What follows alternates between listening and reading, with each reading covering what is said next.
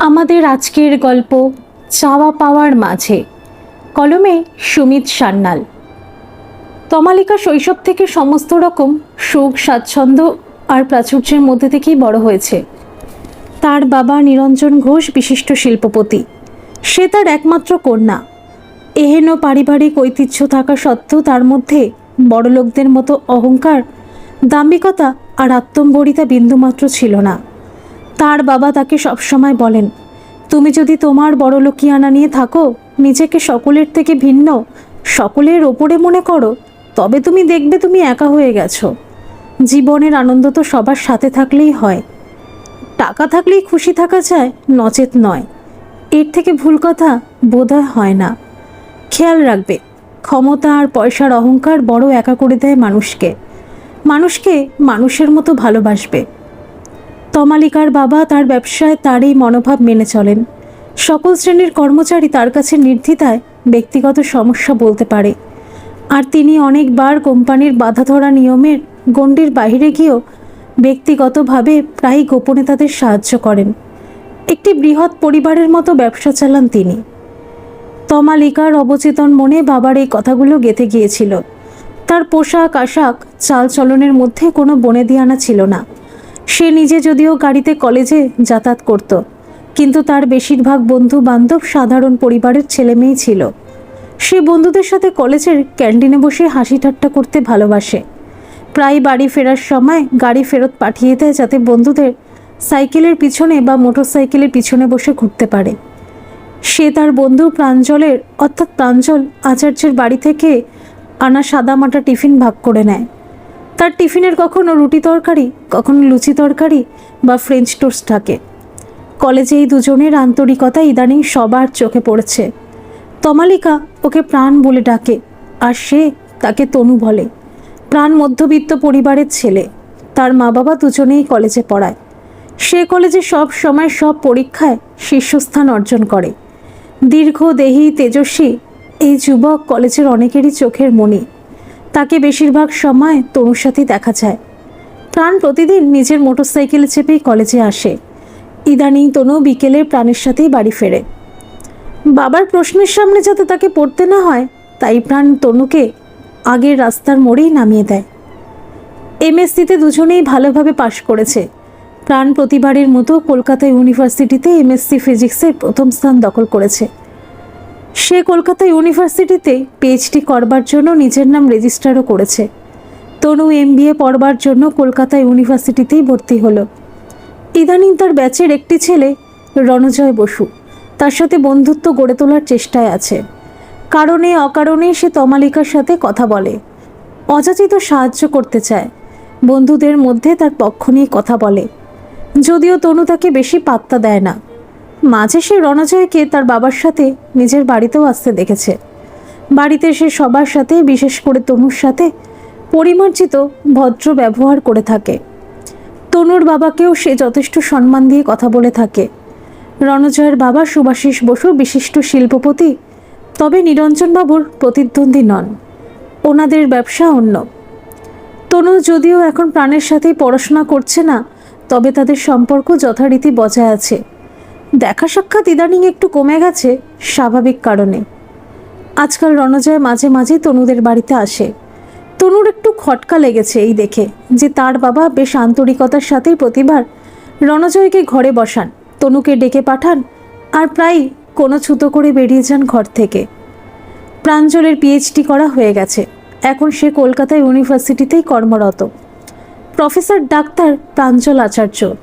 তনু MBA পাশ করে তার বাবার সাথে ব্যবসার খুঁটিনাটি শিখছে। প্রতিদিন অফিসে সে তাড়াতাড়ি চলে যায়, বাবার আগেই চলে যায়। সেদিন সকালে তৈরি হয়ে নিজের ঘর থেকে বেরিয়ে সে দেখল নিচের ড্রয়িং রুমে রণজয় তার দুই বন্ধুর সাথে বসে আছে। তনু থমকে দাঁড়ালো। হঠাৎ তার মধ্যে একজন বলে উঠল, এই বেটা, বেশ ভালো দাও মেরেছিস। বাপের অঢেল সম্পত্তি, তার সাথে ওই রকম এক মেয়ে। মোটেও না। তুই কি ভেবেছিস নিরঞ্জন ঘোষ বোকা? সে ঠিক সব ব্যবস্থা করেই রেখেছে। রণ কিচ্ছু টাকা করি হাত করতে পারবে না। অন্য বন্ধুটি বলল, আরে আমার চাই না ওর টাকা, আমার চাই ওটা, বলে রণজয় একটা অশ্লীল ইঙ্গিত করল। তনুর দু চোখ দপ করে জ্বলে উঠল। তখনই বাবা রেডি হয়ে তার ঘর থেকে বেরিয়ে এসেছেন। তুমি কি এদের আসতে বলেছো বাবা? তুমি বলে দাও এদের এই মুহূর্তে যেন আমরা বাড়ি থেকে বেরিয়ে যাই। তনুর গলায় চাপা গর্জনের ধ্বনি, চোখে আগুন। নিরঞ্জন তাড়াতাড়ি নেমে এসে রণজয়কে বললেন, জানি না কেন ওর মেজাজটা আজকে গরম, তুমি এখন যাও, আমি বিকেলে যাব তোমাদের বাড়ি। রণজয় তার দলবল নিয়ে চলে গেল। আচ্ছা বাবা, ব্যাপার কি বলো তো? তুমি তলে তলে বোধ হয় কিছু প্ল্যান করছো। প্ল্যান আর কি মা, মেয়ে বড় হলে প্রত্যেক বাপ যা করে আমি তাই করছি। সুভাষিস আমার পুরনো বন্ধু, আমার সমকক্ষ, ব্যবসার ব্যাপ্তিতে হোক বা পরিমাণে। তার ছেলেও ভালো। সেদিন সুভাষিস এসে বলল, তাই আমিও ভাবলাম এই সম্বন্ধে আমাদের দুই বিজনেস হাউসের জন্যই শ্রেয়। তনু অবাক হয়ে বাবার দিকে চেয়ে রইল। সে কল্পনা করতে পারেনি তার বাবা মেয়েকে নিয়ে এরকম প্ল্যান করতে পারে। তুমি আমাকে বেচে দিতে চাইছো বাবা? আমি তোমার বিজনেস ডিলের অংশ মাত্র? তমালিকার দুই চোখ জলে ভরে আসলো। তোমার তো অনেক ধন সম্পত্তি আছে বাবা, তুমি একবার ভাবলে না? একবার আমার মত নেওয়ার চেষ্টাও করলে না? আমার মা নেই, আমি ভেবেছিলাম তুমি আমাকে বেশি করে কাছে টানবে, আর তুমি? তনু ফুপিয়ে কেঁদে উঠল। এবার বাবার দু চোখ জলে ভরে এসেছে। না মা, তুমি কি করে ভাবলে আমি তোমার মত না নিয়ে তোমার বিয়ের কথা ভাববো? তোমার মা নেই বলেই আমি সবসময় চিন্তা করি আমি যখন থাকবো না তখন তুমি যাতে কোনো সমস্যায় না পড়ো। আমি ব্যবস্থা করেছি আমার অবর্তমানে তুমি ছাড়া কেউ কোনোভাবেই আমাদের এই ব্যবসাটা যাতে না হাতিয়ে নিতে পারে, তোমার স্বামীও না। আমার অবর্তমানে যা কিছু আমার আছে সেটা শুধুমাত্র তোমার, আর কারো কোনো অধিকার থাকবে না। তুমি কি ভাবো রণজয়ের ব্যাপারে? এই ছেলেটাকে তো আমি মরে গেলেও বিয়ে করব না, অসভ্য অভদ্র জানোয়ার একটা। আমার বাড়িতে বসেও আমাকে নিয়ে যে অশ্লীল মন্তব্য করছিল, আমি তোমাকে মুখে বলতে পারবো না। তনুর দু চোখ আবার জ্বলে উঠল। তাই নাকি? আমি তো স্বপ্নেও ভাবতে পারিনি। ওর বাবা তো কত ভদ্র মার্জিত, সকলের সামনে তো সে ভীষণ ভদ্র ব্যবহার করছিল। তুমি নিশ্চিত থাকো, তুমি যখন চাইবে, যাকে চাইবে তার সাথেই তোমার বিয়ে হবে। কিন্তু মা, বেশি দেরি করো না। তুমি তো জানো আমার শরীরটা ভালো যাচ্ছে না, একটা স্ট্রোক হয়ে গেছে। আমি জানি এইসব ব্যাপারে মেয়েরা মাকে আগে জানাতে চায়, কিন্তু কি করব, আমি তোমার বাবা, আমি তোমার মা, নিঃসংকোচে জানিও আমায়। আছে কেউ? হ্যাঁ বাবা, তনু আস্তে করে বলল, আমি প্রাণকে ভালোবাসি। আচ্ছা, কে সে? কোথায় থাকে? কি করে ছেলেটি? বাবা কি করেন? নিরঞ্জন লাফিয়ে উঠলেন, প্রশ্নের বন্যা বইয়ে দিলেন। আমি ওকে 10 বছরের বেশি সময় থেকে জানি বাবা। উচ্চ মাধ্যমিকে সারা রাজ্যে দ্বিতীয় হয়েছিল, বিএসসি, তারপর এমএসসিতে কলকাতা ইউনিভার্সিটিতে ফার্স্ট, তারপর পিএইচডি। এখন কলকাতা ইউনিভার্সিটিতে ফিজিক্সের প্রফেসর। কলেজেও আমার সাথে সাথেই পড়াশোনা করেছে। এতগুলো বছর কেটে গেছে, কখনো কোনোদিন বেসামাল ব্যবহার করেনি। এত সুন্দর পরিমার্জিত ধীরস্থির ছেলেটা তুমি দেখবে, আর সব থেকে সুন্দর হচ্ছে ওর চোখ দুটি। তনুর চোখে স্বপ্নের আবেশ। বাবা হাসলেন। কি নাম ছেলেটির? প্রাণ, মানে প্রাঞ্জল আচার্য। বাবা ডাক্তার অংশুমান আচার্য শিরিশচন্দ্র কলেজে অঙ্ক পড়ান, আর মা অনিমা যোগমায়া দেবী কলেজে কেমিস্ট্রি পড়ান। কাছেই থাকেন ঢাকুরিয়া। বাহ, এ তো খুবই শিক্ষিত পরিবার। যোগাযোগ করি, আশা করি ব্রাহ্মণ কায়স্থ নিয়ে কোনো সমস্যা হবে না। বাবা বললেন, না না, আমি গিয়েছি ওর বাড়িতে, প্রাণ নিয়ে গেছে একবার। আমি সাহস করে ওকে আমাদের এখানে নিয়ে আসতে পারিনি। কেন মা, তোমার বিশ্বাস ছিল না? তা যদিও ছিল, কিন্তু ভাবছিলাম ওরা তো তোমার মতো স্বনামধন্য ব্যবসায়ী নয়, ওনাদের কাজ তো জ্ঞানের সাধনা। তাই। তাতে কি হয়েছে? প্রশ্নটা হচ্ছে তুমি কি মনে করো আমি চাইবো না তোমার জন্য ও তার নির্বাচিত পথ ত্যাগ করে? তাতে সে খুশি থাকতে পারবে না। তোমাকে ভেবে দেখতে হবে, কয়েক বছর পর যখন আমি থাকবো না, আর তুমি হবে আমাদের এই কোম্পানির সর্বের সর্বা, তখন কি নিজেকে স্থির রাখতে পারবে?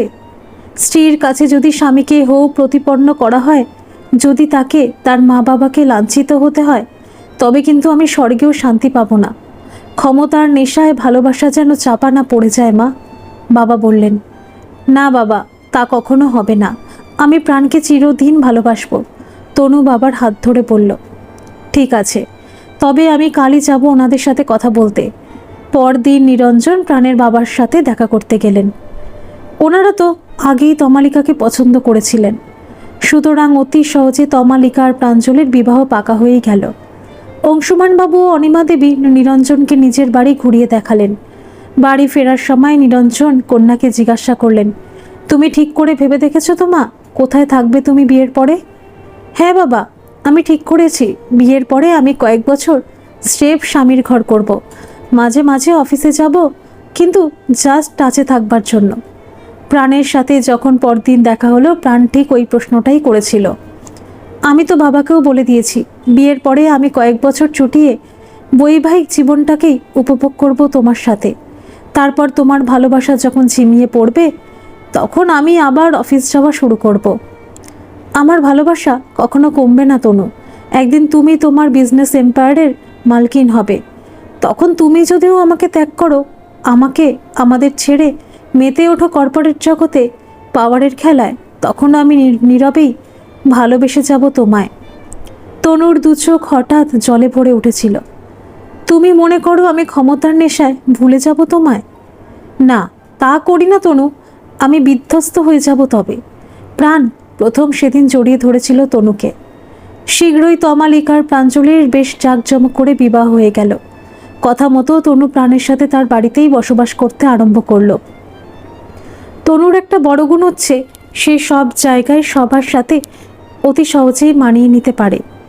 কয়েকদিনের মধ্যেই শাশুড়ি বউয়ের মাঝে এক অত্যন্ত কাছের সম্পর্কও তৈরি হয়েছে। তনুর মা তার শৈশবে মারা গেছেন, যদিও বাবা তাকে মায়ের অভাব বুঝতে দেননি। রানী মাসি তনু শৈশব থেকেই কাছে ছিল। বয়ঃসন্ধির সময় রানী মাসি তাকে বুঝিয়েছে তার বালিকা থেকে যুবতী হয়ে ওঠার খুঁটিনাটি, কিন্তু বাস্তবে তিনি ছিলেন মাইনে করা আয়া। সেই বোধে তাদের সম্পর্ক কখনো অন্তরঙ্গ হয়ে উঠতে পারেনি, যদিও তনু তাকে যথেষ্ট সম্মান দিয়েছে। তনুর শাশুড়ি সেই দূরত্ব দূর করতে পেরেছেন। অচিরেই নিজের বুকের কাছে টেনে নিয়েছেন তিনি। দুজনের সম্পর্ক এতই কাছের যে নিজের মনের কথাও তনু স্বামীকে বলার আগে শাশুড়িকে বলে। প্রাণকে সে যতটা বিয়ের আগে জেনেছিল, বাস্তবে সে তার থেকে বেশি মায়াময় প্রেমময় ছিল। তার কাছে টাকা পয়সা হয়তো কম ছিল, কিন্তু তার পরিবর্তে ছিল অগাধ প্রেমের ভাণ্ডার। ভাসিয়ে নিয়ে গিয়েছিল সে তনুকে তার দুর্নিবার প্রেমের জোয়ারে। এই কয়েকদিনের মধ্যেই তার স্বামী বাস্তবিক অর্থেই তার প্রাণাধিক হয়ে উঠেছিল। প্রাণের বাড়িতে সকলের আপত্তি সত্ত্বেও নিরঞ্জন জামাইকে একটি বিলাসবহুল গাড়ি উপহার দিয়েছিলেন। তনু নিজের গাড়ি নিয়ে গিয়েছিল সাথে। প্রাঞ্জল নিজের ক্ষমতা অনুযায়ী ওটিতে মধুচন্দ্রিমার ব্যবস্থাও করেছিল। তনু তাতেই খুশি। নিরঞ্জন একবার চাপা স্বরে কোনো এক্সোটিক জায়গায় যাওয়ার কথা বলতে চেয়েছিলেন, কিন্তু কন্যার তড়িৎ ভ্রুকটি নির্দেশে চেপে গিয়েছিলেন। মধুচন্দ্রিমা থেকে ফিরে বাপ বেটা আবার কাজে যোগ দিয়েছে। গাড়ি হওয়ার সামনে বাগানের একটা বড় অংশে গ্যারেজ বানাতে হয়েছে। দুজনে একসাথেই রওনা হয়, যেহেতু দুজনের কলেজ ইউনিভার্সিটি কাছাকাছি। প্রাণ বাবাকে তার কলেজে নামিয়ে গাড়ি নিয়ে চলে যায় ইউনিভার্সিটি। অনিমা দেবীর কলেজে তুলনামূলকভাবে কাছে। যোগমায়া দেবী কলেজ কালীঘাট মেট্রো স্টেশনের কাছেই। তিনি প্রতিদিন অটোতে কাছের মেট্রো স্টেশন থেকে মেট্রো ধরে যান। কাল থেকে আমি আপনাকে নিয়ে যাব মা, সেদিন রাত্রে খাবার টেবিলে তনু বলল। কেন মা, তুমি আবার কেন হ্যাপা নিতে চাইছো? তোমারও তো অফিস যেতে হয়। হ্যাপা আবার কি মা, আমি তো এখন ফ্রি, ঘরে বসে বসে বোর হয়ে যাই। নিয়ম করে একটা কিছু করলো মনটা একটু এঙ্গেজ থাকবে কিছুক্ষণের জন্য। অনিমা দেবী ছেলের দিকে তাকালো। আমি তোমাকে কলেজে নামিয়ে দিয়ে অফিস চলে যাব। তাছাড়া আমার তো কোনো বাধ্যবাধকতা নেই। আমি তো বাবাকে বলেই দিয়েছি এখন কিছু সময় আমি আমার স্বামীর সাথেই কাটাতে চাই। অনিমা দেবী আবার ছেলের সাথে দৃষ্টি বিনিময় করলেন। তার ঠোঁটে চাপা হাসি। হঠাৎ প্রাণ বুঝতে পেরে ছাদের দিকে দেখতে লাগলো। তনুর মুখ লজ্জায় লাল হয়ে উঠেছে। তমালিকার প্রাঞ্জল দুজনে দাম্পত্য সুখের আমেজে মেতে উঠেছিল। প্রাণ তার স্ত্রীর এক নতুন রূপ আবিষ্কার করেছে। বিয়ের আগে সে ছিল তার লাবণ্যময়ী প্রেয়সী, যে তার অনবদ্য সুন্দর দুটি চোখ নিয়ে চেয়ে থাকত তার দিকে। আর এখন প্রাণ তনু নিত্য নবীন মন মাতানো রূপ আবিষ্কার করেছে। সে চঞ্চল হরিণীর মতো ছুটে বেড়ায় সারা ঘরে। সে ইঙ্গিতে তাকে কাছে ডাকে, কিন্তু ধরা দেয় না। কখনো তার চোখে আবেশের আগুন, কখনো সোহাগের নেশা, আবার কখনো কামনার ইঙ্গিত। কখনো কটাক্ষের ধমক, কখনো অভিমান, হাসি খুশির ফুলকি, আবার নিজেকে উজাড় করে দেওয়ার আকুতি। মা দুজনার এই ভাব ভালোবাসাকে প্রশ্রয় দেয়। প্রায় প্রাণ সবার শেষে বাড়ি ঢোকে। তার কলেজ শেষ করে 4:30 থাকে। ফিরতে ফিরতে প্রায় 6টা বেজে যায়। বিকেলে বাহিরে গ্যারেজ খোলার শব্দ শুনেই মা তনুকে বলেন, তুমি যাও মামনি, রেডি হয়ে নাও, আমি চা চাপাচ্ছি। প্রাণ বাড়িতে ঢুকেই কোনো দিকে না তাকিয়ে বাথরুমে ঢুকে যায়। এটা ওর চিরদিনের অভ্যাস। বাথরুম থেকে বেরিয়ে প্রাণ দেখে তনু সেজে গুজে রেডি, টেবিলে ধুমায়িত চা। যাও, চা খেয়ে তোমরা একটু ঘুরে এসো। তনু সারাদিন একা একা বসে আছে। মা প্রতিদিন বলেন। তনুর মুখ উদ্ভাসিত হয়ে ওঠে। প্রাণ বিনা বাক্যবায় চটপট তৈরি হয়ে নেয়। নাও, বেরিয়ে পড়ো, সাবধানে গাড়ি চালাবে। তারপর মৃদু কণ্ঠে বলেন, ধীরে সুস্থে ফিরবে কেমন? তনু লজ্জায় মুখ ঘুরিয়ে নেয়। সেদিন তনু আর প্রাণের প্রথম বিবাহবার্ষিকী। দুজনে জানতেই পারেনি কখন তাদের বিয়ের 1টা বছর পূর্ণ হয়ে গেল। ওরা এটা ঘরোয়া অনুষ্ঠানের মধ্যে সীমিত রেখেছে, আনন্দ উৎসব। তনুর বাবা আর প্রাণের 2 ঘনিষ্ঠ বন্ধু সপরিবারে এসেছেন। নিরঞ্জন ইতিমধ্যে মেরে হাব ভাব বুঝে ফেলেছেন। তিনি জানেন তার মেয়ে চায় না কেউ কোনোভাবে তার স্বামীকে অথবা তার স্বামীর পরিবারকে হেয় করার চেষ্টা করুক। আর নিরঞ্জন নিজেও এই ব্যাপারে ভীষণ সচেতন। তিনি সব সময় খেয়াল রাখেন প্রাণ এবং প্রাণের পরিবার সব রকম সমাবেশে যথেষ্ট সম্মান আর স্বীকৃতি পায়। তাই মেয়ে জামাইয়ের প্রথম বিবাহবার্ষিকীতে তিনি তার প্রাচুর্য দেখাবার বিন্দুমাত্র চেষ্টা করেননি। নিরঞ্জন অনুষ্ঠানে অনেক আগেই চলে এসেছিলেন। চায়ের আসরে নিজের ব্যাগ থেকে একজোড়া সোনার বালা মেয়ের হাতে দিয়ে বললেন, এটা আমি দিচ্ছি না, এটা আসলে আমার মায়ের। পারিবারিক সূত্রে তনুরই পাওয়ার কথা। বিয়ের সময় আমি সারা বাড়ি তন্ন করেও খুঁজে পাইনি। সেদিন ওর মায়ের ঘরে পুরনো আলমারিটা খালি করে পরিষ্কার করাচ্ছি, তখন হঠাৎ বেরিয়ে এসেছে, একবারে কাকতালীয়ভাবে। প্রাণের মা বাবা পুত্রবধূকে দিলেন একটা সুন্দর গলার হার। প্রাণ নিজের বউকে একটি হীরের আংটি, একজোড়া হিরে বসানো কানের দুল আর পেন্ডেন্ট সেট উপহার দিল। তনু ছুটে গিয়ে পড়ে আসলো। সকলে হৈ হৈ করে উঠল। তনু ছুটে এসে স্বামীর গলা জড়িয়ে ধরল। প্রাণ পাথরের মতো দাঁড়িয়ে রইল। সবাই দেখছে, হঠাৎ তনু সচেতন হয়ে স্বামীর গলা ছেড়ে দিয়ে লজ্জায় মুখ ফিরিয়ে নিল। এবার সবাই সমস্বরে হেসে উঠল। বুফে সিস্টেমে খাওয়া দাওয়া চলছে। টেবিলে ধরে ধরে মুখরোচক খাবার সাজানোও রয়েছে। তনু তার শাশুড়ির সাথে নজর রাখছে। কোনো আইটেম কম হলেই রান্নাঘর থেকে এনে পাত্রটি আবার ভরে দিচ্ছে। হঠাৎ প্রাণ দেখল তনু মাথা ঘুরে পড়ে যাচ্ছে।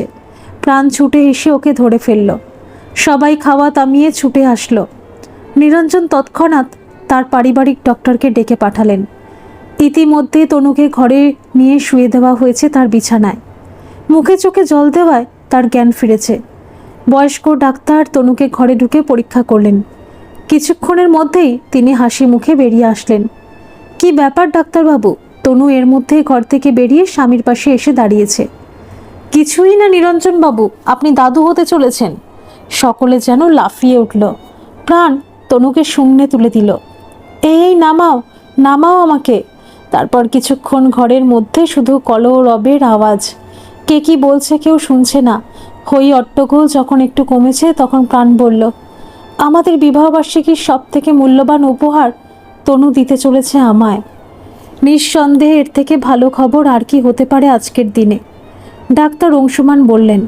সবাই তনুকে নিয়ে মেতে উঠেছে। এক এক করে প্রাণের বন্ধুরাও দুজনকে আরও একবার অভিনন্দন জানিয়ে বিদায় নিল। ঘরে শুধু তনুর বাবা রয়েছেন। এবার তোমাকে বেশ সাবধানে থাকতে হবে মা।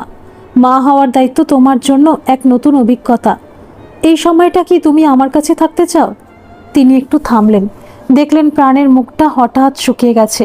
সে বিহ্বল দৃষ্টিতে তাকিয়ে আছে তনুর দিকে। যদিও আমি জানি তোমার মা নেই, আর অনিমাদি থেকে ভালো মা তুমি আর পেতেও পারো না। না বাবা, আমি এখানেই থাকবো। আমি মাকে ছেড়ে যেতে পারবো না। আর তুমি তো এখানেই আছো বাবা, রোজ একবার না হয় দেখে যেও তোমার মেয়েকে। তনু অনিমা দেবীর গলা জড়িয়ে স্বামীর দিকে তাকালো। শ্বশুর শাশুড়ির আদর যত্নে, বাবার আশীর্বাদের ছায়ায় প্রাণ আর তনুর ভালোবাসার অঙ্কুর তনুর গর্ভে বেড়ে উঠেছে। আজকাল সবাই তনুকে নিয়ে উৎসাহিত, একটু উৎকণ্ঠিতও বটে। তারপর আজ সেই দিন এসে উপস্থিত। তনু কলকাতার এক নামী হসপিটালে ভর্তি হয়েছে। শহরের নাম করা গাইনোকোলজিস্ট তনুকে দেখছে। তারই তত্ত্বাবধানে তনু এক ফুটফুটে কন্যাকে জন্ম দিল। দুই পরিবারে যেন আনন্দের বন্যা বয়ে গেল। সবাই এই শিশুকে যেন চোখে হারায়। দুই পরিবারের সবার সে চোখের মণি। নিরঞ্জন প্রতিদিন বিকেল হতেই চলে আসেন নাতনির কাছে। আজকাল তিনি এখানেই খাওয়া দাওয়া করেন রাত্রে। যতক্ষণ নাতনি না ঘুমাচ্ছে কেউ তার কাজ ছাড়ে না। প্রাণের বাবা সম্প্রতি অবসর গ্রহণও করেছেন, তাই তিনি সর্বদা নাতনির কাছেই থাকেন। নাতনির নাম দেওয়া হয়েছে নীলাঞ্জনা। সবাই তাকে নীলু বলেই ডাকে।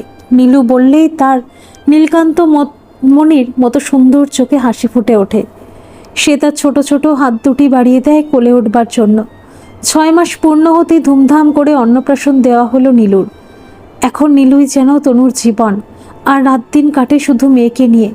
যদিও প্রাণ সবসময় তনুর সাথে থাকে, দিনে রাতে মেয়ের সব কাজে তাকে সাহায্য করে।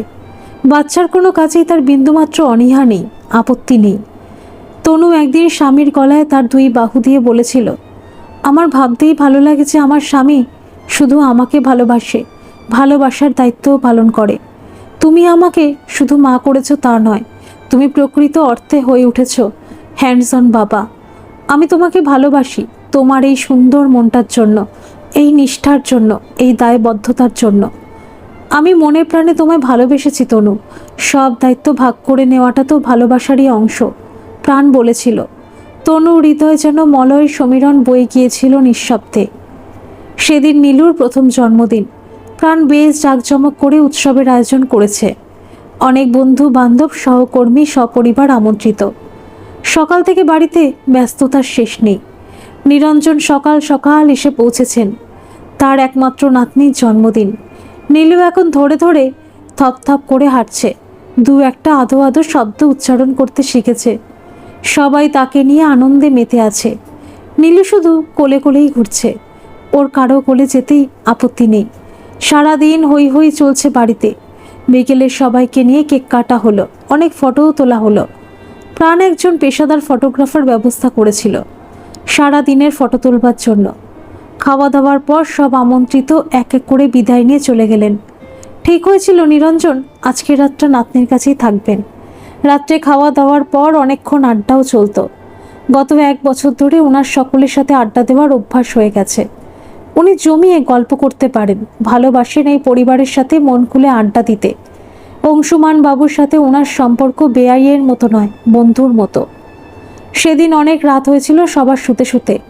স্বাভাবিকভাবেই পরদিন সকালে উঠতেও দেরি হয়েছে সবার। যদিও তনুকে সকালেই উঠতে হয়েছে, কারণ মেয়ে উঠে পড়েছে। মেয়ে উঠলে তো মাকে উঠতেই হবে। মেয়ে উঠেই তার ছোট ছোট হাত দিয়ে বাবাকে তুলে দিয়েছে। তনুর বাবাও কিছুক্ষণের মধ্যেই উঠে পড়লেন। বাবা, তোমাকে চা দিই? বাবা বাথরুম থেকে বেরোতেই তনু বলল, না, অংশুমান বাবু উঠুক, একসাথেই খাবো। তিনি টেবিলে থেকে আজকের খবরের কাগজটা তুলে নিলেন। অনেকক্ষণ কেটে গেছে। প্রাণ সকাল সকাল বাজার করে নিয়ে এসেছে। তখনও বাবা ওঠেননি দেখে প্রাণের সন্দেহ হলো। বাবার ঘরে গিয়ে দেখলো বাবা পরম শান্তিতে ঘুমাচ্ছেন। বাবা, সে আস্তে করে ডাকলো, বাবা তুমি উঠবে না? কোনো নড়চড় না দেখে প্রাণ একটু স্বর তুলে আবার ডাকলো। এবার সে এগিয়ে গেল, আলতো করে বাবার কপালে স্পর্শ করলো। মা, তনু, তাড়াতাড়ি এসো! প্রাণ চিৎকার করে উঠল। সবাই ছুটে গেল। নিরঞ্জন বাবু তৎক্ষণাৎ দোস্ত ডাকলেন। শনিবারের সকাল, ডাক্তার 15 মিনিটের মধ্যেই চলে আসলেন। কিন্তু অংশুমান ঘুমের মধ্যেই অনন্ত লোকে জন্য প্রস্থান করেছেন। নিমেষের মধ্যে উৎসবের আসর শোকের সাগরে অন্তহিত হয়ে গেল। অনিমা দেবী পাথরের মতো মেঝেতে বসে আছেন। সব প্রস্তুতি শেষ করে যখন শ্মশানের জন্য রওনা হচ্ছে প্রাণ, তার মা পাগলের মতো ছুটে আসলো। ওকে কোথায় নিয়ে যাচ্ছ তোমরা? ও সকাল থেকে এখনো চা খায়নি। ওগো শুনছো? ওঠো, চা খাও, চা খেয়ে নাও আগে। মা লুটিয়ে পড়লেন মেঝেতে। মাকে নিয়ে গিয়ে তার ঘরে শুয়ে দেওয়া হলো। তনু নিজের কান্না চাপা দিয়ে শাশুড়িকে নিয়ে ব্যস্ত হয়ে পড়ল। সব থেকে অদ্ভুত অবস্থা হয়েছে ওই ছোট্ট শিশুর। সে বুঝতে পারছে না সবার কি হয়েছে, কেন সবাই এমন করছে, মা কাঁদছে কেন। নিরঞ্জন আজ তার সব থেকে কাছের বন্ধুকে হারিয়েছেন, কিন্তু তাকে শক্ত হতে হবে। নিজের বুকে পাথর চাপা দিয়ে তিনি এই শোকগ্রস্ত পরিবারকে নিয়ে ব্যস্ত হয়ে পড়লেন। সব থেকে মর্মান্তিক আঘাত পেয়েছেন অনিমা দেবী। তার 40 বছরের সাথী তাকে ছেড়ে চলে গেছে। কোনো সমবেদনা, কোনো স্তববাক্য তার কোনো কাজেই লাগবে না। তার অংশ চলে গেছে, আর ফিরবে না। ধীরে ধীরে অনিমা দেবী নাতনির মুখ দেখে নিজের মনের ব্যথা সহ্য করার ক্ষমতা আবার ফিরে পেয়েছেন। যদিও তার হৃদয়ের একটা বড় অংশ খালি হয়ে গেছে, শূন্য হয়ে গেছে হৃদিকন্দর। নিরঞ্জন তার দিনপঞ্জিটা বজায় রেখেছেন। বিকেলে অফিস থেকে সোজা চলে আসেন মেয়ের বাড়ি। ছুটির দিনগুলোতে বেশিরভাগ সময় মেয়ের বাড়িতেই কাটান। নীলু এখন হাঁটতেও আরম্ভ করেছে। সে আদো আদো কথা বলে, তার শিশু সুলভ ভঙ্গিতে সকলকে মাতিয়ে রাখে। রানীমাসি এখন তনুর কাছেই থাকে। নীলুর দ্বিতীয় জন্মদিন আসন্ন। আগামী সপ্তাহে নীলুর জন্মদিন।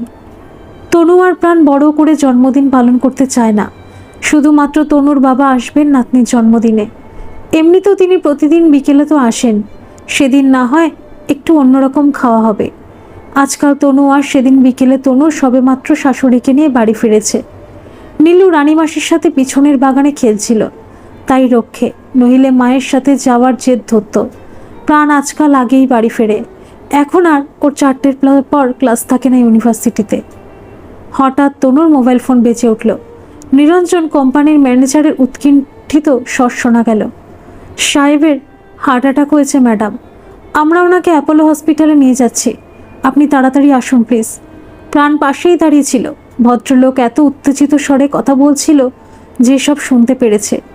সব ঠিক হয়ে যাবে তনু, চলো আমি যাচ্ছি তোমার সাথে। প্রাণ মাকে ইশারা করলো আর তনুকে নিয়ে বেরিয়ে পড়ল। হসপিটালে আইসিইউতে তনুর বাবাকে ভর্তি করা হয়েছে। পরপর 2টি হার্ট অ্যাটাক হয়েছে ওনার। আমরা আমাদের তরফ থেকে কোনো ত্রুটি রাখিনি, কিন্তু 24 ঘন্টা না কাটলে কিছু বলতে পারছি না। ডাক্তার এসে জানিয়ে গেলেন। ওদের জন্য রাতে থাকার অনুমতিপত্র ইতিমধ্যে প্রাণ জোগাড় করেছে। তনু উদ্বেগ হয়ে দিশেহারা হয়ে গেছে। প্রাণ সব ছুটোছুটি করছে। রাত্রে হসপিটালের ক্যান্টিনও বন্ধ হয়ে গেছে। প্রাণ বাহিরে বেরিয়ে চা আর খাবার নিয়ে এসেছে। একটু খেয়ে নাও তনু, নইলে তোমার শরীর খারাপ হয়ে যাবে। প্রাণ বুঝিয়ে এক প্রকার জোর করেই তনুকে খাইয়ে দিল। নীলু, আমি মায়ের সাথে কথা বলেছি, নীলুকে খাইয়ে ঘুম পাড়িয়ে দেবে। রানীমাসিও আছে, তুমি চিন্তা করো না। দুজনে বাবার কাছে বসে আছে, দুজনের চোখে ঘুম নেই। এক সময় নিজের কবজি ঘুরিয়ে প্রাণ দেখল রাত 1টা বাজে। সে তনুকে ডেকে বাহিরে নিয়ে গেল। তুমি পাশের ঘরে গিয়ে একটু শুয়ে নাও তনু, আমি বাবার কাছে বসছি। তোমাকে দেখে আমার ভয় হচ্ছে, এবার তোমার শরীর খারাপ না হয়ে যায়। তনু স্বামীর মুখের দিকে তাকালো। সব ঠিক হয়ে যাবে তনু। প্রাণ তার মাথায় হাত বুলিয়ে দিল। তনুকে পাশের ঘরে শুয়ে দিয়ে প্রাণ শ্বশুরের পাশে এসে বসল। বসে বসে ভোর হতে বোধহয় একটু তন্দ্রা এসে গিয়েছিল। হঠাৎ একটা চাপা গোঙানির মতো ডাক শুনে হুড়মুড়িয়ে তাকিয়ে দেখলাম শ্বশুরমশাই হাতের ইশারায় আমায় ডাকছেন।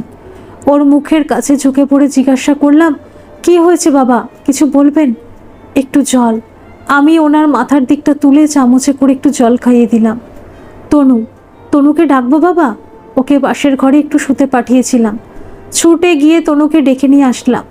তিনি অত্যন্ত ক্ষীণ কণ্ঠে বললেন, আমার বোধহয় সময় হয়ে গেছে, তোমরা মিলেমিশে থেকো, মা স্বামীর সাথে ভাব বজায় রেখো। সাথীহারা হয়ে থাকার বেদনা যেন কারো না সইতে হয়। আমি লিলির কাছে চললাম। নীলু, নীলু। হঠাৎ বাবার চক্ষু স্থির হয়ে গিয়েছিল। তখনই ডাক্তার ঘরে ঢুকলেন। মাথার কাছে আইসিইউর মনিটর ও অন্ধকার। সেন্ট্রাল মনিটরিং রুমে তার সংকেত বেজে উঠেছিল। আজ তনুর বাবাও চলে গেলেন। তনু তার শ্বশুর মারা যাওয়ার শোক এখনো ভুলে উঠতেই পারেনি। তার মধ্যে দ্বিতীয় আঘাত। প্রাণ তখন সকলকে সামাল দিয়েছিল। নীলু খুব ছোট ছিল যখন ঠাকুরদা মারা গেছেন, কিন্তু এখন সে এক মানুষ চিনতে শিখেছে। সে বারে বারে প্রশ্ন করে সকলকে, তার দাদু তার কাছে আসে না কেন? সে দাদুর কাছে যাবে। তনু অবোধ বালিকাকে কি বোঝাবে? কয়েকদিন পর কোম্পানির বৃদ্ধ ম্যানেজার পারিবারিক উকিলকে নিয়ে আসলেন। ম্যাম, সাহেব তো ভীষণ তাড়াতাড়ি চলে গেলেন, কিন্তু এখন তো আপনাকে এসে চার্জ নিতে হয়। এত বড় কোম্পানি তো আর নেতৃত্বহীন হয়ে চলতে পারে না। আপনি আমাকে ম্যাম বলবেন না প্লিজ মিনয় কাকু, আপনি আমার বাবার মতো। তনু বৃদ্ধের দিকে তাকিয়ে বলল, আমি মাঝে মাঝে বাবার সাথে অফিসে গিয়েছি। বাবা আমাকে কিছু কিছু বুঝিয়েছিলেন, দেখিয়েছিলেন। কিন্তু আমার অনেক কিছু জানা বাকি, শেখা বাকি। আপনার সাহায্য আমার প্রতি মুহূর্তে দরকার লাগবে। আমি তো আছি ম্যাম, মানে মা, বিনয় কাকু বললেন। আপনি জানেন নিশ্চয় নিরঞ্জনবাবুর উইল অনুযায়ী ওর সকল স্থাবর অস্থাবর সম্পত্তি, সমস্ত ব্যবসা এখন আপনার হয়ে যাবে। এবার উকিলবাবু এগিয়ে এসে বললেন, এই উইল রেজিস্টার করা আছে, অতএব এই উইল অপরিবর্তনীয় নয়, অকাট্য এবং নির্বিকল্প। আপনার যেদিন সুবিধা হবে বলবেন, আমি আপনাকে সব বুঝিয়ে দেব। কিছু সময়ের মধ্যে তনু বিষয় সম্পত্তি, ব্যবসা সব ভালোভাবেই বুঝে নিয়েছে। তার তীব্র বিশ্লেষণ ক্ষমতার বলে কাজের ধারাকে বেশ ভালোই আয়ত্ত করতে সক্ষম হয়েছে। তোমার তো অদ্ভুত সাবদৃষ্টি তনু, সব বুঝে নিয়েছো এত তাড়াতাড়ি, প্রাণ বলেছিল। হ্যাঁ, আমাকে তো বুঝতেই হবে, নইলে 100 কোটির বিজনেস 1 কোটিতে এসে ঠেকতে সময় লাগবে না। বাবা অনেক কিছুই ট্র্যাডিশনাল সিস্টেমে চালাতেন, সেগুলো পাল্টাতে হবে। যেমন ইনক্রিমেন্ট, যেমন যখন তখন যাকে তাকে নির্বিচারে সাহায্যের হাত বাড়িয়ে দেওয়া। প্রাণ কিছু বলল না, কিন্তু তার মনে হলো হঠাৎ তনুর কণ্ঠস্বরে কেমন যেন স্বৈরাচারী অনমনীয়তা আভাস ফুটে উঠেছে। ইতিমধ্যে তারা সকলে তনুর বাড়িতে চলে এসেছেন। অনিমা দেবী নিজের বাড়ি ছেড়ে আসতে চাননি। এই বাড়িতে তার স্বামীর তাদের 40 বছরের বৈবাহিক জীবনের স্মৃতি সঞ্চিত আছে, কিন্তু তিনি পুত্র পুত্রবধূকে ছেড়ে, বিশেষ করে নাতনিকে ছেড়েও থাকতে পারবেন না। শেষ পর্যন্ত তনুর মাঝের পদ বলে দিল। প্রতিদিন বিকেলে অনিমা দেবী নীলুকে নিয়ে প্রাণের সাথে নিজের বাড়িতে চলে আসবেন। তনু বিকেলে অফিস থেকে এখানেই আসবে, রাতের খাওয়া দাওয়া এখানেই হবে। তারপর সবাই একসাথে তনুর বাড়ি শুতে যাবেন। সকালে জল খাবারের পর ওখান থেকে সবাই যে যার কাজে চলে যাবে, সেরকমই ব্যবস্থা করা হলো। কিন্তু এই ব্যবস্থা বেশি দিন কার্যকরী হয়নি। কাজের ব্যস্ততায় তনুর প্রায় প্রতিদিনই ফিরতে দেরি হয়ে যেত। সবাই বসে থাকতো বলে তনুর টেনশন হতো। প্রাণের সাথে এই নিয়ে খটাখাটি বাকবিতণ্ডা শুরু হয়ে যেত। নীলু দেরি পর্যন্ত জেগে থাকতে পারে না, সে ঘুমিয়ে পড়ত। তাকে ঘুম থেকে তুলে আবার ও বাড়ি নিয়ে যাওয়া, ঘুমের ব্যাঘাত হওয়ায় বালিকা ঘ্যান ঘ্যান করত, সে নিয়েও টেনশন। শেষ পর্যন্ত অনিমা দেবী বাড়িতে দেখাশোনার জন্য একজন থাকার ব্যবস্থা করে পাকাপাকি চলে গেলেন তনুর সাথে। মাঝে মাঝে এসে দেখে যেতেন। তনুর কাজের চাপ উত্তরোত্তর বাড়ছে, টেনশন বাড়ছে, সে ক্লান্ত হয়ে উঠছে। ইদানিং সে কথায় কথায় ক্ষেপে যায়, রেগে যায়। সে রাগ অবোধ বালিকার ওপর এসে পড়ে মাঝে মাঝে।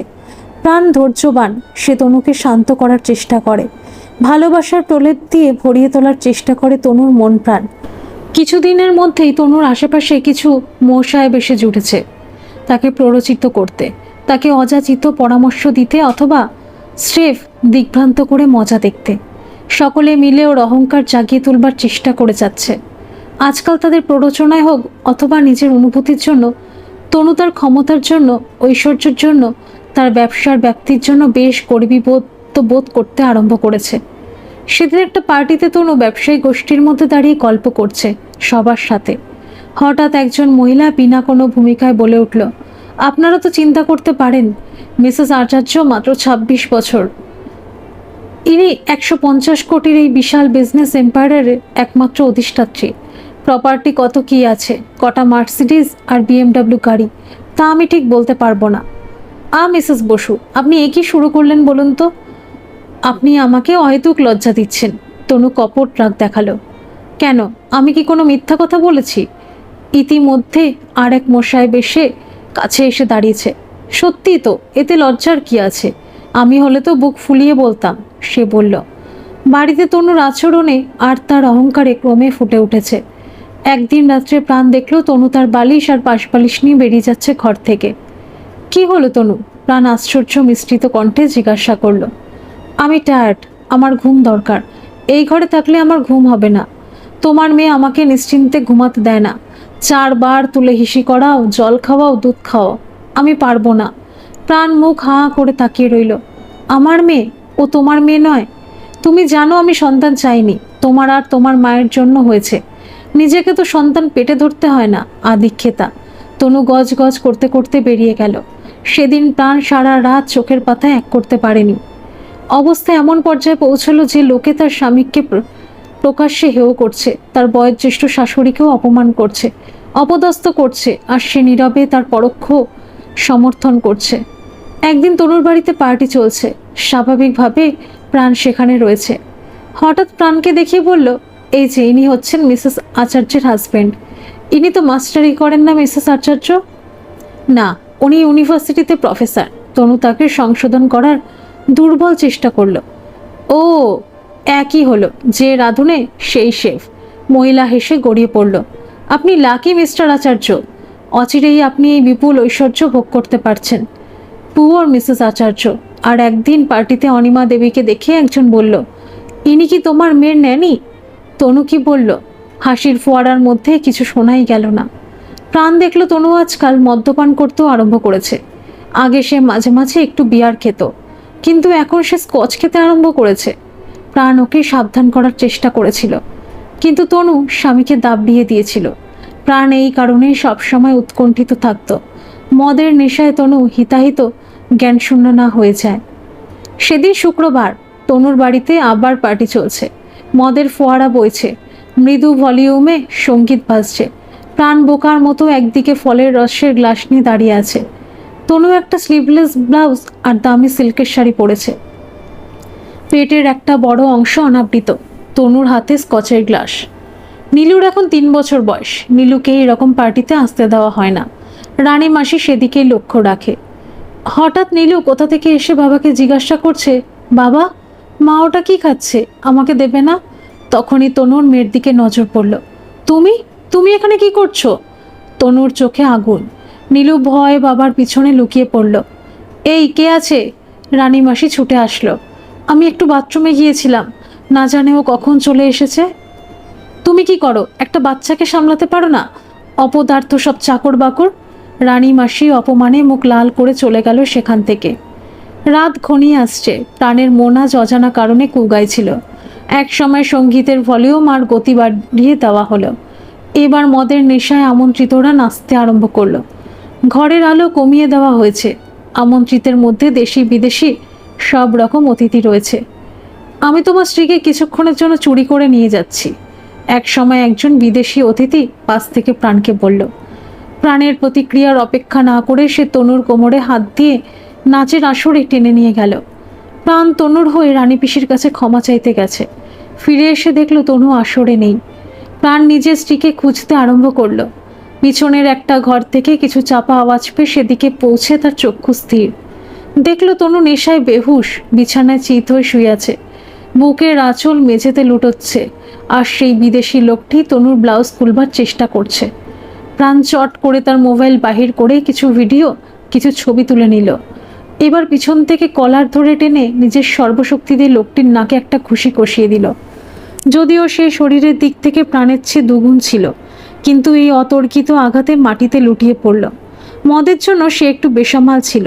তার নাক থেকে রক্ত ঝরছে। সে রক্তচক্ষু নিয়ে উঠবার চেষ্টা করতে প্রাণ চাপা স্বরে গর্জন করল, তোমার মনে হয় না তুমি সীমা ছাড়িয়ে যাচ্ছিলে? আমি জানি না তুমি কে, কিন্তু তুমি যদি এই মুহূর্তে আমাদের বাড়ি থেকে না বেরিয়ে যাও, আমি পুলিশ ডাকবো। আমার কাছে সব প্রমাণ রেকর্ড করা আছে, প্রাণ ইংরেজিতে বলল। তার কলার ধরে টেনে তুলল। পাশের বাগানের দিকে দরজা খুলে ছুঁড়ে ফেলল বাহিরে। Get out! তুমি যদি আর কখনো আমার বউয়ের কাছে ঘেঁষার চেষ্টা করো, আমি তোমাকে ছাড়বো না। লোকটি টলতে টলতে তার গাড়িতে চেপে চলে গেল। সে তনুর কাপড় চোপড় ঠিক করে একটা চাদর ঢেকে দিল। দরজা টেনে বেরিয়ে আসলো ঘর থেকে। বাহিরে তখন উদ্দাম নাচ চলছে। কোথায় মিসেস আচার্য, কোথায়? সে আর আসবে না মনে হয়, নেশায় বেহুশ তিনি। তাই নাকি? ওনাকেই মদ্যপানের মাত্রা কমাতে হবে। তাকে বলবেন, একজন বলল। কে বলবে? কেন আপনি বলবেন, আপনি ওনার স্বামী। প্রাণ কোনো জবাব দিল না। তারপর এক এক করে অভ্যাগত বেরিয়ে পড়লেন। পরদিন সকালে তনু অনেক দেরিতে উঠল। প্রাণ সামনের ঘরে বসে আজকের খবরের কাগজ খুলে বসে আছে, কিন্তু পড়ছে না।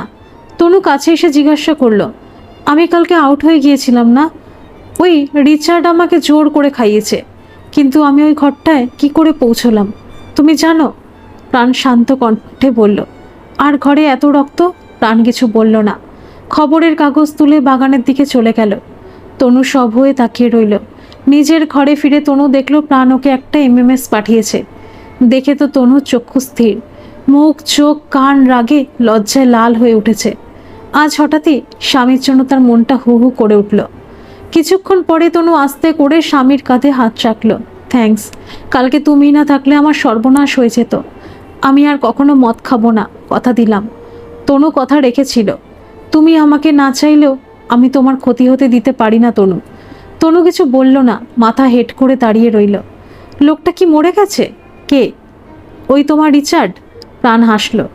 না না, আমি এক ঘুষিতে তার নাক ফাটিয়ে দিয়েছি আর ছুঁড়ে ফেলে দিয়েছি ঘরের বাহিরে। সে লেজ গুটিয়ে পালিয়ে গেছে।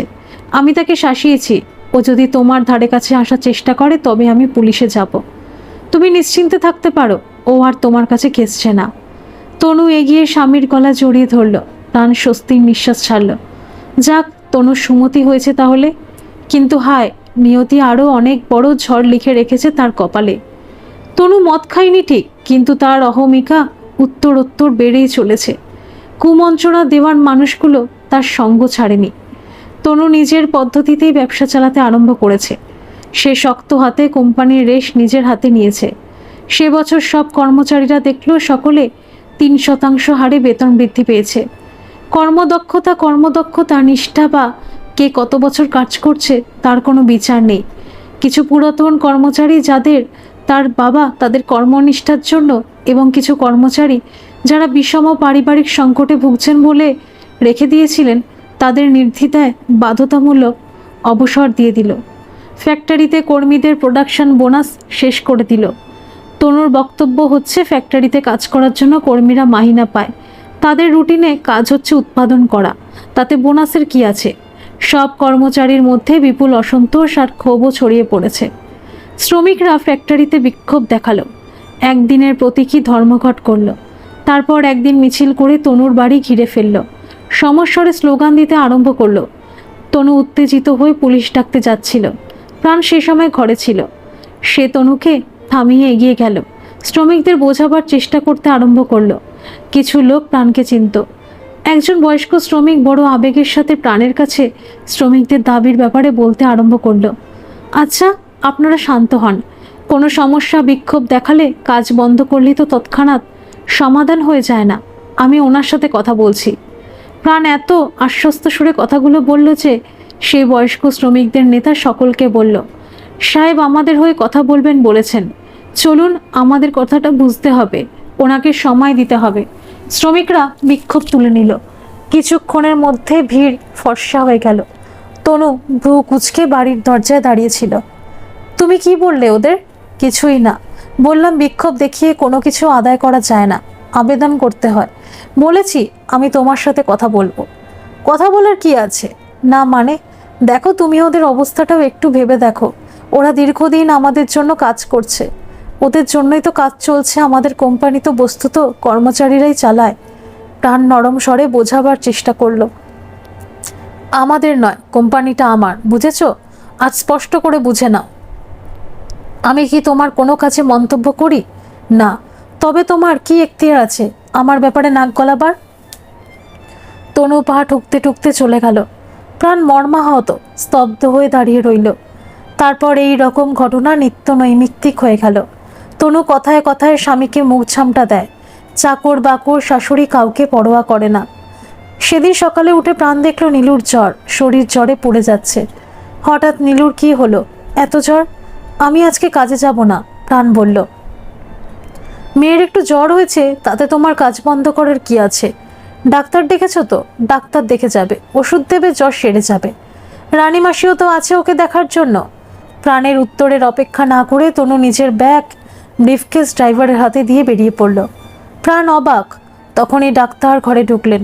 নীলুকে দেখেই বললেন, ওকে এখনই হাসপাতালে নিয়ে যেতে হবে। নিউমোনিয়া মনে হচ্ছে, আমি অ্যাম্বুলেন্স ডেকে দিচ্ছি। অক্সিজেন দিতে হবে, স্যালাইন দিতে হবে। কিছুক্ষণের মধ্যেই অ্যাম্বুলেন্স চলে আসলো। প্রাণ নীলুকে নিয়ে হাসপাতালে রওনা হলো। নীলুকে ভর্তি করে সে বাড়ি থেকে রানীমাসিকে ডেকে পাঠালো। তনুকে কি জানানো উচিত? সে দোটানায় ছিল। কিছুক্ষণ পরে যখন ডাক্তার রক্ত পরীক্ষা করে জানালেন নীলুর নিউমোনিয়া হয়েছে, তখন প্রাণ তনুকে মোবাইলে খবর পাঠালো, নীলুকে হসপিটালে ভর্তি করা হয়েছে, পারলে এসো। আমি এখানেই থাকছি। কিন্তু তনু আসলো না, কোনো খবরও নিল না। প্রাণ ঠিক করলো যতদিন নীলু হসপিটালে আছে সে ছুটি নিয়ে মেয়ের কাছেই থাকবে। রাতেও তনু এলো না। পরদিন জানলো তনু কাজে দিল্লি চলে গেছে। 3 দিন পর সে কলকাতা ফিরল। সেদিনই নীলুকে প্রাণ বাড়ি নিয়ে এসেছে। নীলু কেমন আছে? তনু ঘরে ঢুকে শীতল স্বরে বলল। নীলু তখন ঘুমাচ্ছিল। বেঁচে আছে, দেখতেই পারছো। এতে মেজাজ দেখাবার কি আছে? আমি কি তোমার মেয়ের জন্য আমার কাজকর্ম ফেলে ঘরে বসে থাকবো? তুমি তো আছো। যত সব। তনু উঠে সদর্পে ঘর থেকে বেরিয়ে গেল। প্রাণ অবাক হয়ে চেয়ে রইল। সেদিন সবাই জলখাবারের টেবিলে বসে আছে। তনু তৈরি হয়ে এসেছে। প্রাণকে ইউনিভার্সিটিও যেতে হবে। নীলুর নিউমোনিয়াও সেরে গেছে, কিন্তু ডক্টরের পরামর্শ অনুযায়ী সে এখন ঘরে বিশ্রাম করবে কিছুদিন। আমাদের এই সম্পর্ক আর চলছে না, আমি যা বুঝছি। তুমি আমাকে সইতে পারো না, আমাকে তোমার যোগ্যই মনে করো না। আর সেটা হয়তো ঠিক। তাই শুধু শুধু এই সম্পর্ক বয়ে বেরিয়ে কোনো লাভ নেই। মেয়ে তো তোমার চক্ষুশূল, তুমি বারে বারে বুঝিয়ে দিয়েছ। তুমি ডিভোর্স চাও, পেয়ে যাবে। আমি আমার উকিলকে পাঠিয়ে দেব, সে মিউচুয়াল ডিভোর্সের দলিল তৈরি করে নিয়ে আসবে। তুমি কি কি চাও উকিলকে জানিয়ে দিও, তুমি পেয়ে যাবে। আমি কোনো তামাশা চাই না। আমি আমার মেয়েকে ছাড়া কিছুই চাই না। মেয়ে তোমার, তুমি নিয়ে যাও। আর কি চাও স্পষ্ট জানিয়ে দিও। আমি কোনো ঝামেলা চাই না। পরের সপ্তাহে উকিল ডিভোর্সের কাগজ তৈরি করে নিয়ে আসলো। আপনি ভেবে দেখুন স্যার, আপনি একা আপনাদের মেয়ের দায়িত্ব নিচ্ছেন। অন্তত তার জন্য একটা মাসোহার আপনি চাইতে পারেন। আমি অত অপদার্থ নই, আমি আমার মেয়েকে নিজেই মানুষ করতে পারবো। উকিল ডিভোর্সের কাগজে দুজনের স্বাক্ষর নিয়ে চলে গেল।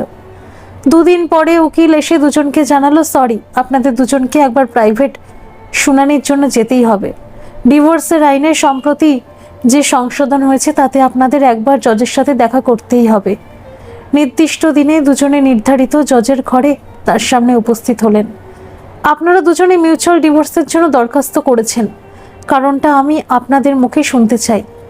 জজ বললেন, আমরা দুজনে দুজনকে ভালোবেসে বিয়ে করেছিলাম ম্যাডাম। যদিও অর্থনৈতিক দিক থেকে আমার স্ত্রী আমার থেকে অনেক ওপরে। ওনার বাবা সানন্দের সম্বন্ধ স্বীকারও করেছিলেন। আমি তমালিকাকে ভালোবেসেছিলাম, ভালোবাসি, আর ভেবেছিলাম ও আমাকে প্রকৃত অর্থেই ভালোবাসে। এই ভালোবাসার ফলেই আমাদের একটি মেয়ে হয়। কিন্তু শীঘ্রই অবস্থায় পরিবর্তন হয়। ওর বাবা হঠাৎ মারা যান। ওর উইল অনুযায়ী সব সম্পত্তি, সব ব্যবসা ওর হাতেই চলে আসে। আমি ক্রমশ বুঝতে পারি যে আমি ওর যোগ্য নই। ওর বিশাল ব্যবসায়িক সাম্রাজ্য, আর আমি একজন ক্ষুদ্র কলেজের অধ্যাপক। আমার মেয়েও তার বিজনেস প্ল্যানের বাধা হয়ে দাঁড়িয়েছে। তাই এই আবেদন।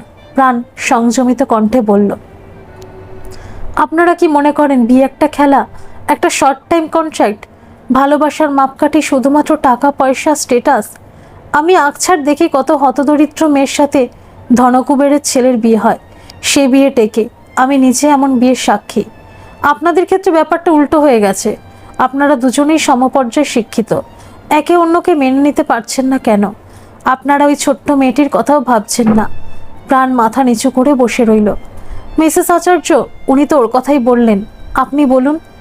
আমার কোনো বক্তব্য নেই madam, please grant me divorce. Divorce এইভাবে হয় না মিসেস আচার্য।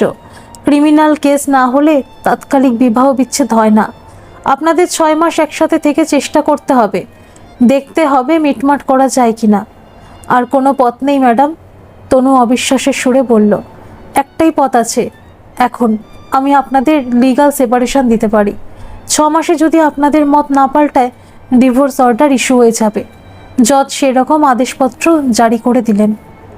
আজ প্রাণ ভগ্ন হৃদয় নিয়ে নিজের মা মেয়েকে নিয়ে চিরদিনের মতো চলে যাচ্ছে। ব্যাগ সুটকেসে সে গুছিয়ে নিয়েছে। সব কিছুই খোলা আছে, তুমি দেখে নিতে পারো। এবারের কোনো কিছুই আমি নিয়ে যাচ্ছি না। প্রাণ তনুকে বলল, আমি জানি, আমি তনুর জন্য মাসে মাসে কিছু টাকা পাঠাতে চাই আমার তরফ থেকে। তুমি কিছু চাওনি, আমি জানি। আমি নিতে পারবো না তনু। আমি যেমন থাকবো আমার মেয়ে তেমনি থাকবে। প্রাণ ট্যাক্সি ডেকে নিয়ে এসেছিল। সব ঝি চাকর দাঁড়িয়ে আছে, সবার চোখে জল। রানীমাসি তো সামনেই আসলো না। ভালো থেকো তনু, প্রাণ বলল, তার 2 চোখে জল। ভালো থেকো মা, ঈশ্বর তোমার মঙ্গল করুন। মা তনুর মাথা স্পর্শ করে বললেন। ঘুমন্ত মেয়েকে কোলে তুলে মায়ের হাত ধরে প্রাণ বেরিয়ে পড়ল। সহসা তনুর মনে হলো সে ছুটে গিয়ে প্রাণকে বাধা দেয়, তুলে নেয় নিজের মেয়েকে প্রাণের কোল থেকে। কিন্তু আর তা হওয়ার নয়, অনেক দেরি হয়ে গেছে। আজ তনুর হৃদয় হঠাৎই শূন্য হয়ে গেছে, তারই দোষে। কিছুক্ষণ পরে রানীমাসি তার পুরনো টিনের বাক্স নিয়ে এসে দাঁড়ালো। এবার আমাকেও ছুটি দাও মা, অনেক দিন তো কাজ করলাম, তনুর উত্তরের প্রতীক্ষা না করে সে ধীর কদমে এগিয়ে গেল। তনু দোতলার ব্যালকনিতে এসে দাঁড়ালো। সে নিথর নিস্তেজ নয়নে দূর দিগন্তে তাকিয়ে রয়েছে। এক ভয়াবহ শূন্যতা যেন তার সম্পূর্ণ অস্তিত্ব গ্রাস করে নিয়েছে। আজ তার মন প্রাণ হাহাকার করে উঠছে। কানে ভেসে আসছে জজকে বলা প্রাণের কথাগুলো। সে বলেছিল, আমি তমালিকাকে ভালোবেসেছিলাম, ভালোবাসি, আর ভেবেছিলাম ও আমাকে প্রকৃত অর্থে ভালোবাসে। তনু ভাবছে, আমি কি সত্যি আমার স্বামীকে ভালোবেসেছিলাম? ওর কি দোষ ছিল? নীলুর কচি মুখটা ভেসে উঠছে। ওই ছোট্ট মেয়েটা কি দোষ করেছিল? আমি এত নিষ্ঠুর কি করে হলাম? মেয়ে আমার কাছে, আমার ঘরে থাকলে আমার ঘুমের ব্যাঘাত হতো। তনুর বিবেক তাকে ধিক্কার দিচ্ছে। ছি ছি, আমি এমন হৃদয়হীনা, পাষাণী। তনু ক্লান্ত পায়ে প্রাণের ঘরে গিয়ে পৌঁছলো। আলমারিটা খোলা রয়েছে। থরে থরে নীলুর জামা কাপড় হ্যাঙ্গারে ঝুলছে। প্রাণের জামা প্যান্ট ঝুলছে। বিয়েতে তনুর বাবা জামাইকে যে স্যুট দিয়েছিল সেটাও রয়েছে। প্রাণের সোনার আংটি বোতাম খুঁজে পেল আলমারির এক কোণায়। প্রাণ কিছু নিয়ে যায়নি। এগুলো সবই তনুর অথবা তার বাবার তাকে দেওয়া জামা কাপড়। হঠাৎ কোথা থেকে যেন একটা ফটো তনুর পায়ের কাছে এসে পড়ল। নীলুকে কোলে নিয়ে হাসির মুখে দাঁড়িয়েছে প্রাণ। তনুর দু চোখ ভেসে উঠেছে। তার দুই গাল বেয়ে টপ টপ করে অশ্রু গড়িয়ে পড়ছে। তনু ফুপিয়ে কেঁদে উঠল। কাঁদতে কাঁদতে মেঝেতে বসে পড়ল সে। আজকাল সে অফিস যায়নি। তখনই তার মোবাইল ফোন বেজে উঠল। ম্যানেজার ফোন করেছে। আপনি কি অফিসে আসছেন? তিনি ওকে আবার আপনি করে সম্বোধন করতে আরম্ভ করেছেন ইদানিং। কিছু চেক সাইন করাবার ছিল। না, আমি আজ অফিসে যাচ্ছি না, শরীরটা ঠিক জুত লাগছে না, আপনি কারো হাতে পাঠিয়ে দিন। কিছুক্ষণ পরে বিনয় কাকু নিজে এসে পৌঁছলেন। আরে আসুন কাকু, আপনি কারো হাত দিয়েই তো পাঠিয়ে দিতে পারতেন। না, আসলে একটা চেক একটু বড় অ্যামাউন্টের ছিল, তাই ভাবলাম আমি নিজেই যাই, আপনাকে একটু বুঝিয়ে দিতাম। তারপর তনুর মুখের দিকে তাকিয়ে তিনি বললেন, আপনার শরীরটা কি বেশি খারাপ লাগছে মা? ডক্টরকে কল দেব? আরে না না বিনয় কাকু, আমি ঠিক আছি। কাল পরশু তো এমনিতেই অফিস বন্ধ। তনু ওনাকে কিছু জানাতে চায় না, যদিও তিনি জানতেন স্বামী স্ত্রীর মধ্যে মনোমালিন্য চলছে। ঘুম থেকে উঠে নীলু বাবাকে বলল, আমরা এখন এখানে থাকবো বাবা? হ্যাঁ। মা কোথায়? মা আসবে না? না, মা চলে গেছে। কেন চলে গেছে বাবা? আমি কি করেছি? প্রাণ বুঝতে পারে না এই অবোধ বালিকাকে কি বোঝাবে, কি করে বোঝাবে। তুমি কিছু করনি নীলু, মা বাবার ওপর রাগ করে চলে গেছে। আমি মায়ের কাছে যাব, আমি এখনই ওই বাড়িতে যাব, আমি এই বাড়িতে থাকবো না। নীলু মেঝেতে বসে কান্না জুড়ে দিল। প্রাণ বালিকাকে কোলে তুলে নিল। মা আসবে না নীলু, মা চলে গেছে, মা হারিয়ে গেছে। প্রাণের দু চোখ জলে ভেসে গেল। তুমি কেঁদো না বাবা, আমি যখন বড় হব আমরা তখন মাকে ঠিক খুঁজে নিয়ে আসবো। নীলু তার ছোট ছোট হাত দিয়ে বাবার চোখ মুছিয়ে দিতে ব্যস্ত হয়ে পড়ল। এমন মুখরোচক খবর কি চাপা থাকে? এমন খবর বাতাসে ভাসে, নিমেষে ছড়িয়ে গেছে সংশ্লিষ্ট মহলে। পরদিন সকালেই তনু চাটুকারের দল এসে হাজির। কংগ্রাচুলেশনস মিসেস, ও না মিস ঘোষ, আপনি একটা দৃষ্টান্তমূলক কাজ করেছেন। পুরুষের বাঁধন কেটে বেরিয়ে এসেছেন। পুরুষ অপদার্থ হোক যাই হোক, তাকে মাথায় করে রাখতে হবে। কেন রাখতে হবে? আপনি খুব ভালো করেছেন। আপনি একজন বিশিষ্ট বিজনেস ম্যাগনেট, স্বতন্ত্র রাজ করবেন। একজন মহিলা কল করে বলতে আরম্ভ করলো, আপনি সকাল সকাল এসব করতে এসেছেন? এইসব আমার এখানে চলবে না। এসেছেন চা খান, স্ন্যাক্স খান, ব্যাস, আমাকে আর কুমন্ত্রণা দিতে হবে না। তনু বজ্র কঠিন স্বরে বসল, কুমন্ত্রণা? আমরা আবার কি কুমন্ত্রণা দিলাম? মহিলা নিজেদের মধ্যে দৃষ্টি বিনিময় করল। আপনারা কি করেছেন আমি বুঝে ফেলেছি, এবার আর নয়। সকলকে ঘর থেকে বাহির করে দিয়ে তনু দরজা বন্ধ করে দিল। আমি এইসব মানুষের কুমন্ত্রণায় কান দিয়ে নিজেই নিজের সংসার ছাড়খাড় করে দিয়েছি। ওর ইচ্ছে করছিল নিজেই নিজের গালে ঠাস ঠাস করে চড় মারে। হায়, সময় থাকতে যদি আমি তা করতে পারতাম। তনুর আর কিছুই ভালো লাগে না। সারা ঘরে ছোট্ট বালিকা স্মৃতি, স্বামী স্মৃতি। তনু আবার অফিস যেতে আরম্ভ করলো। এবার সকল কর্মচারী তাদের কোম্পানির প্রেসিডেন্টের এক অন্য রূপ দেখছে। তমালিকা ম্যাডাম আজকাল সবার সাথে নিজের থেকে কথা বলেন, আবার সবার নামও জানেন তিনি। কর্মচারীদের জন্য নতুন নতুন সুবিধা দেওয়া শুরু হয়েছে। কর্মচারীদের জন্য তাদের 5তলা অফিসের সবতলাতে লাঞ্চ রুম তৈরি হয়েছে। সেখানে অবাধ চা কফির ব্যবস্থা হয়েছে। টিভি বসেছে, খবরের কাগজ রয়েছে। ফ্যাক্টরির কর্মচারীরা প্রোডাকশন বোনাস যথারীতি পাচ্ছেন। কোম্পানিতে বিশ্বকর্মা পূজার প্রথা চিরদিন প্রচলিত ছিল। এবার সেই অনুষ্ঠানে তনু ঘোষণা করল, এবার থেকে সব কর্মচারী লাভের একটা অংশ পাবেন। এবার পুজোর বোনাস হাতে পেয়ে দেখলো তারা নির্ধারিত মাত্রা থেকে দ্বিগুণ বোনাস পেয়েছে। চারিদিকে এক নতুন আনন্দের, নতুন উদ্যমের সঞ্চার হয়েছে। তার ফল তনু শীঘ্রই অনুভব করতে পারছে। কোম্পানিতে কর্মচারীদের আপাতকালিক সাহায্যের জন্য, যেমন পরিবারজনের কঠিন রোগের চিকিৎসা, ছেলেমেয়ের ইঞ্জিনিয়ারিং ডাক্তারিতে ভর্তি হওয়া, কন্যার বিবাহ, এই সবের জন্য দানশীল তহবিল করা হয়েছে। তনু নিজেই তহবিলের তদারকি করে। সময় গড়িয়ে যাচ্ছে। তনু যতক্ষণ কাজে থাকে সময় কেটে যায়, কিন্তু যেই সে ঘরে ঢোকে দুর্বিষহ অবসাদ তাকে আঁকড়ে ধরে। ঘরে ঢুকলেই তার মন খারাপ হয়ে যায়। অনেকবার সে নিজের ঘরে বসে নীরবে অশ্রু নির্বাপন করে। সেদিন তনু মহিলা উদ্যোক্তাদের একটি পার্টিতে যোগ দিতে গিয়েছিল। পার্টিতে অনেক মহিলা উদ্যোক্তাদের সমাগম। প্রায় সকলেই তাদের স্বামীদের নিয়ে এসেছেন, তাদের পরিবারকে সাথে নিয়ে এসেছেন। সবাই পার্টির আনন্দ ভোগ করছে, কিন্তু নিজের পরিবারের সাথে শুধু তনু একলা। তনু এগিয়ে গিয়ে সবার সাথে পরিচয় করল। একদিকে ভিড় দেখে কৌতূহলী হয়ে সেদিকে গেল। দেখল এক ভদ্রলোক মজার মজার কথা বলছে, আর সবাই সমস্বরে হাসছে। আচ্ছা দাদা, আপনার কলেজ শুনেছি ছেলেরা যখন পড়াশোনায় মন দেয় না, আপনি এইরকম মজার মজার ঘটনা বললে নিজের পয়েন্ট বোঝান। একজন বলল, তাই তো ওর কলেজে এত পপুলার। পাশ থেকে ভদ্রলোকের স্ত্রী বলল। তনুর মনে পড়ে সে কখনো প্রাণকে নিয়ে আসতো না পার্টিতে।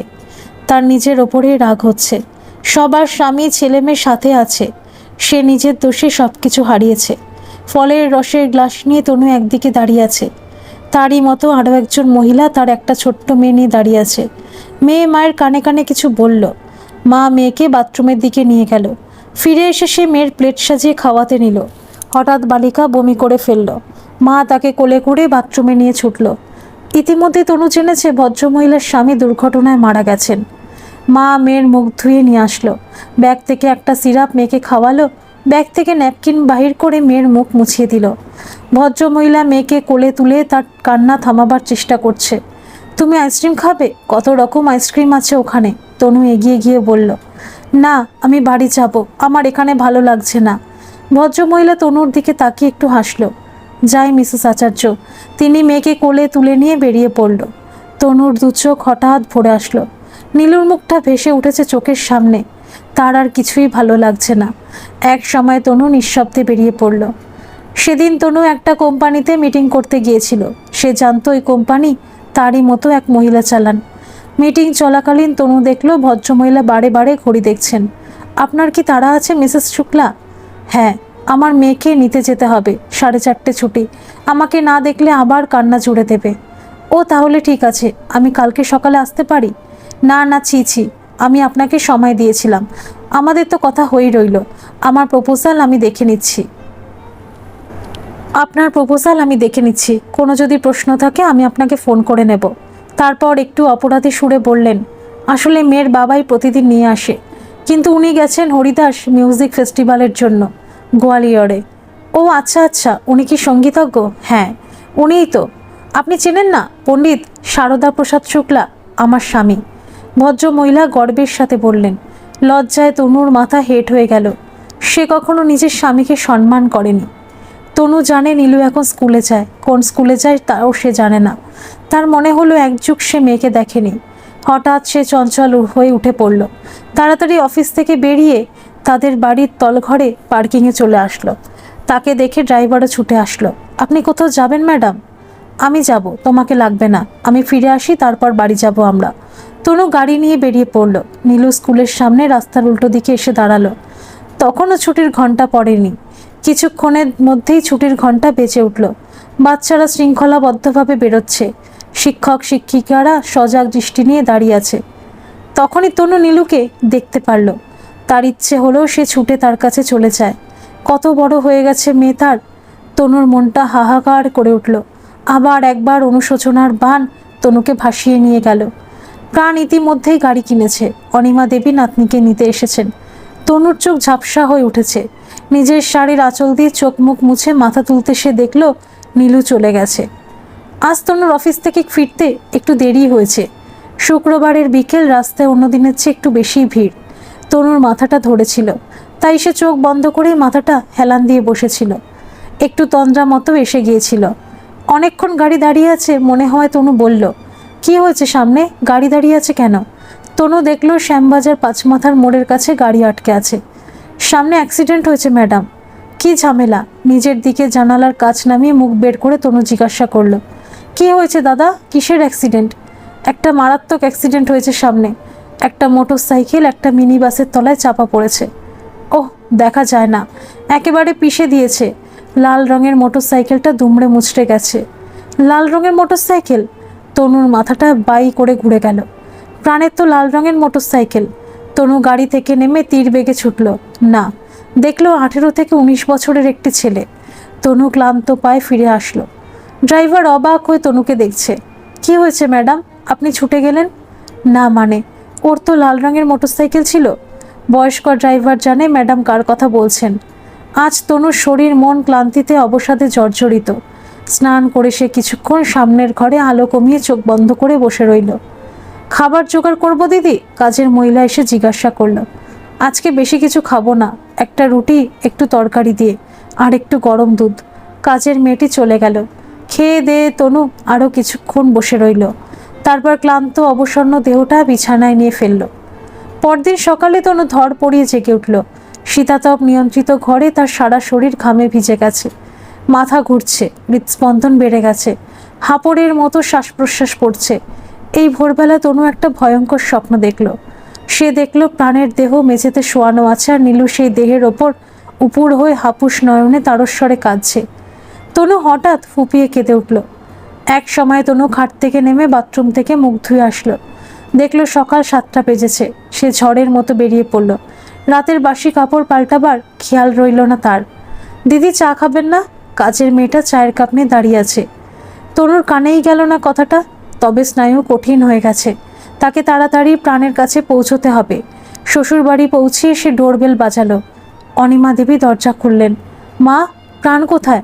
প্রাণ নেই। অনিমা দেবী আর কিছু বলার আগে তিনি দেখলেন তনু কাটা গাছের মতো মেঝেতে পড়ে গেল। নীলু ইতিমধ্যে ছুটে এসেছে। প্রাণ ঠিক তখনই বাজার করে বাড়ি ফিরছে। জ্ঞান ফিরতেই তনু দেখল সে সামনের ঘরে ডিভানে শুয়ে রয়েছে। নীলু পাশে বসে অঝরে কাঁদছে। তনু হাত বাড়িয়ে তাকে বুকে টেনে নিল। যাক, বিপদ কেটে গেছে। Thank you doctor. তনু বিছানায় উঠে বসেছে। আমাকে নয় মিসেস আচার্য, আপনার স্বামীকে থ্যাঙ্কস দিন। উনি ঠিক সময় সিপিআর দিয়ে আপনাকে বাঁচিয়ে তুলেছেন। তনু বিহ্বল চোখে প্রাণের দিকে তাকালো। সিপিআর কি বাবা? প্রাণ সহসা বুঝে পেল না বালিকাকে কি বলে। বালিকা নিজেই তার অর্থ বুঝে নিয়েছে। তুমি তো মায়ের মুখে হামি দিলে বাবা, তাকেই কি সিপিআর বলে? নিষ্পাপ বালিকা নির্মল চিত্তে বলল। অনিমা দেবী মুখে আঁচল চাপা দিয়ে মুখ ঘুরিয়ে নিলেন। তনুর মুখ লজ্জায় লাল হয়ে উঠেছে। ডাক্তার হো হো করে হেসে উঠলেন। ওই একেবারে সঠিক বুঝেছ। হ্যাঁ মা, তোমার বাবা হামি দিয়ে তোমার মাকে ঠিক করে দিয়েছেন। আচ্ছা, এই তো হলো হাসির কথা, কিন্তু আপনার বেশ সিরিয়াস স্ট্রোক হয়েছিল। এখন দিন 10 তো একেবারে বেড রেস্ট। ব্রেন এমআরআইটা করিয়ে নেবেন যথাসম্ভব তাড়াতাড়ি। আমি বিকেলে একবার দেখে যাব। ডাক্তার চলে গেলেন। তোমার হঠাৎ এ কী হলো মা? তোমার তো কোনো রোজকার রোগ জ্বালা ছিল না। তুমি দরজা খুলতেই হঠাৎ জিজ্ঞাসা করলে প্রাণ কোথায় মা?